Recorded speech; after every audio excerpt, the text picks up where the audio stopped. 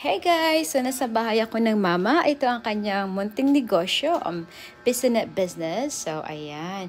So kung meron namang space sa bahay nyo or sa parents nyo, pwede rin kayong mag-setup ng ganito.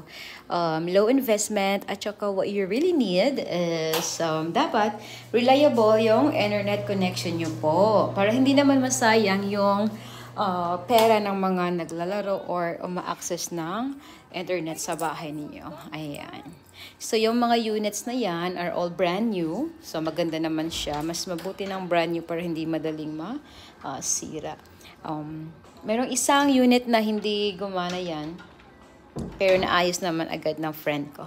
So, ayan. Kahapon pumunta kami dyan para magdala ng bagong mouse. And also, mag-setup ng piso wifi sa labas ng bahay. Para naman yan sa mga gustong umaccess ng kanilang cellphone or mobile device. Pwede sila